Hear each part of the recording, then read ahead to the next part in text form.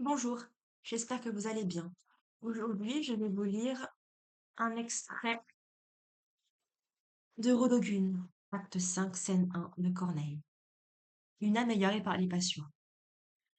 Nous avons déjà d'ailleurs évoqué Rodogune dans la dernière vidéo de la playlist sur Corneille, il y a 4 jours, intitulée Action sérieuse. Donc si jamais vous voulez la voir, elle se trouve dans la playlist Corneille. Et c'est la vidéo suivante ou précédente, je ne sais pas. Une âme égarée par les passions.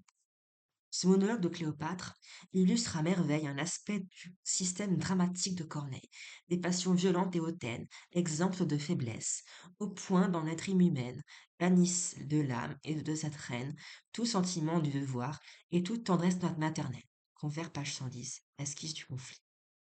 Cette peinture de la grandeur dans le crime tentait Corneille, mais elle n'apparaît guère dans ses plus belles tragédies. Enfin, grâce aux dieux, j'ai moins d'un ennemi. La mort de Séleucus m'a vengé à demi. Son ombre, en attendant Rodogune et son frère, peut déjà de ma part les promettre à son père. Ils te suivront de près, et j'ai tout préparé pour réunir bientôt ce que j'ai séparé. Ô toi, qui n'attends plus que la cérémonie pour jeter à mes pieds ma rivale punie, et par qui deux amants vont d'un seul coup de sort, recevoir l'hyménée, et le trône, et le sort, et la mort.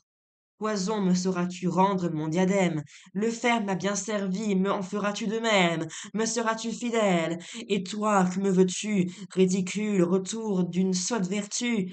Tendresse dangereuse, autant comme importune? Je ne veux point pour fils l'époux de Rodogune, et ne vois plus en lui les restes de mon sang.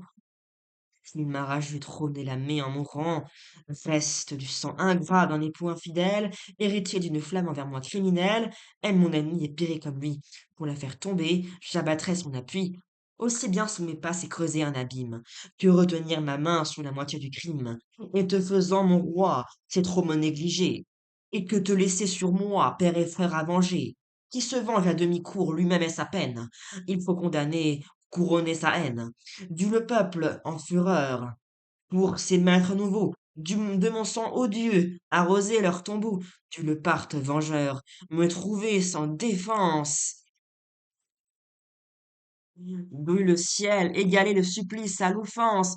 Faune à t'abandonner, je ne puis consentir. Par un coup de tonnerre, il vaut mieux en sortir.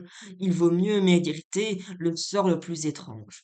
Je vous lirai la fin de l'extrait dans 4 jours. Merci d'avoir regardé. Au revoir.